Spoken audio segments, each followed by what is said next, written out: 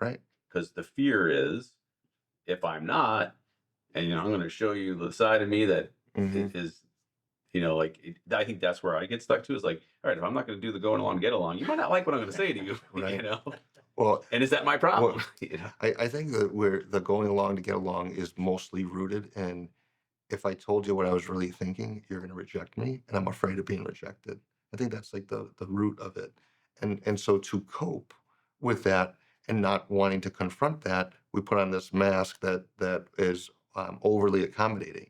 And so as an entrepreneur, it's very tempting because there's this accommodation of the client, accommodation, because you want them to make them so happy that they hire you again. And in that, it's like their needs become number one, their needs. It's always around someone else's needs. And then what happens is there's this request of the entire family that everything that they're doing takes a back seat to the needs of someone else. And I don't think we would give that advice to our children. Like, hey, find a guy or a gal that really loves you, but then when their work becomes a priority, right? Just go ahead and become second, third, fourth, fifth position. Yeah. Like I don't think we'd give that kind of advice to our kids. But it's very when we have to provide and we have to do things. So it goes back to teamwork. And if you look, a lot of entrepreneurs fail to involve their family in that team, and because of it, uh, the entrepreneur is not as well taken care of, and that builds resentment. And I've heard people say things like, "Look at the life I've given you. Look at this beautiful house, the cars. You don't have to work, and look at all these different things I do for you." Okay, great. You've given me these material things.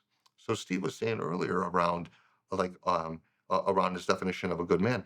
Nowhere do we include in the definition of a good man um, what business accomplishments are, because what we're not doing is trying to say this is how you achieve all these different things, like building your playbook on how to be successful in business.